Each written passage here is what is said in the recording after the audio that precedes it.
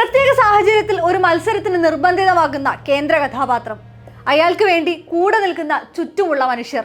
ഒരു സ്പോർട്സ് ഡ്രാമയിൽ ഏറ്റവും ഒടുക്കം എന്ത് സംഭവിക്കുമെന്ന് പ്രേക്ഷകർക്കറിയാം.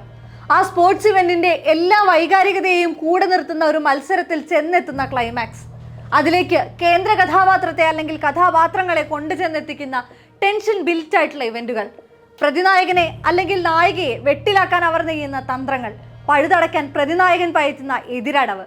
അതറിഞ്ഞിട്ടും ആ ചിത്രത്തിലേക്ക് ആദ്യാന്ത്യം പ്രേക്ഷകരുടെ ശ്രദ്ധ പിടിച്ചു നിർത്തുന്നിടത്താണ് സംവിധായകൻ വിജയിക്കുന്നത്. ദാവീദിൽ വിഷ്ണു ഗോവിന്ദ് അവസാന നിമിഷത്തിൽ കയ്യടി നേടുന്നതും കൊമേഴ്ഷ്യൽ ഫാക്ടറികളെ കോർത്തുവെച്ചുകൊണ്ട് ആ സ്പോർട്സ് ഡ്രാമയെ കൺവിൻസിംഗ് സ്റ്റൈലിൽ പ്രസന്റ് ചെയ്യുന്നിടത്താണ്. ശക്തി ഇന്ത്യ മുതൽ ഗോദ വരെയുള്ള ചിത്രങ്ങളിൽ കൃത്യമായ മീറ്ററിൽ ഈ എലമെന്റുകളെ പ്ലേസ് ചെയ്തത് കാണാം. ദാവീദിലും അതേ ഇമോഷണൽ ഫ്ലോ അനുഭവപ്പെടുമെങ്കിലും വ്യത്യസ്തമായ ഒരു ഫോർമാറ്റാണ് കഥാവസാനത്തിൽ പരീക്ഷിച്ചിരിക്കുന്നത്. ദാവീദ് ഇറങ്ങുന്നതോടെ ഇടിക്കാരൻ ഇമേജ് മാറുമെന്ന് നായകൻ ആന്റണി പെപ്പെ പറഞ്ഞിരുന്നെങ്കിലും പെപ്പയുടെ ഇടി തന്നെയാണ് ചിത്രത്തിലെ താരം. അതിനെ ബ്രേക്ക് ചെയ്യും വിധം മറ്റൊന്നും പെപ്പെ ഹൈലൈറ്റ് ചെയ്തിട്ടില്ല.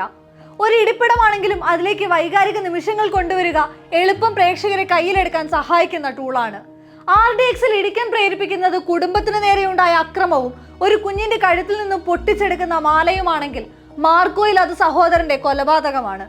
അതേ എലമെന്റിനെ മറ്റൊരു ഷെയ്ഡിൽ ദാവീദിലും എസ്റ്റാബ്ലിഷ് ചെയ്യുന്നുണ്ട്.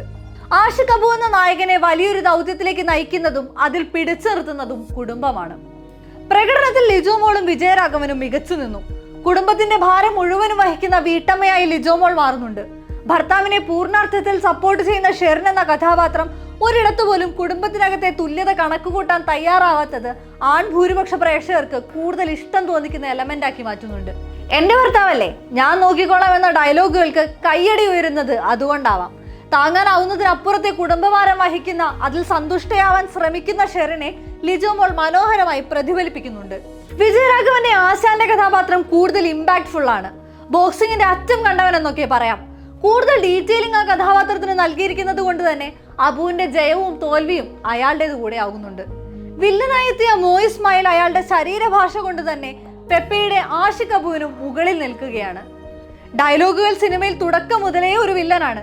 ഡയലോഗിന് മുൻപേ എത്തുന്ന മാസ് മ്യൂസിക്കും ടെക്നിക്കലി ചിത്രത്തിലുള്ള പോരായ്മകളാണ്. തുടരെയുള്ള ജംപ് കട്ടുകളും പല പോയിന്റുകളുടെയും വൈകാരികതയെ ഹോൾഡ് ചെയ്യുന്നതിന് തടസ്സമാകുന്നുണ്ട്. എന്നാൽ കഥയ്ക്കും കഥയിലെ കഥാർസിസിനും നൽകാനാവുന്ന എനർജി പ്രേക്ഷകരുടെ ശ്രദ്ധ കഥയിലേക്ക് മാത്രം കേന്ദ്രീകരിപ്പിക്കുന്നു. ഒട്ടും റിയലിസ്റ്റിക് അല്ലാത്തൊരു കഥയിലേക്കാണ് ദാവീദ് പ്രേക്ഷകരെ ക്ഷണിക്കുന്നത്. അതൊരു പോയിന്റിൽ പോലും കൺവിൻസിംഗ് ആകുന്നുമില്ല. ചിത്രത്തിലെ മനുഷ്യരും മനുഷ്യരുടെ ജീവിത സാഹചര്യങ്ങളും റിലേറ്റബിൾ ആകുമ്പോഴും പൂർണ്ണമായൊരു ഫിക്ഷൻ മാത്രമാണത്. അപ്പോഴും പ്രേക്ഷകരിൽ, അബുവിൽ, ഷെറിനിൽ, ആശാനിൽ ഒക്കെയും പ്രതീക്ഷ ബാക്കി വെച്ചാണ് ദാവീദ് അവസാനിക്കുന്നത്.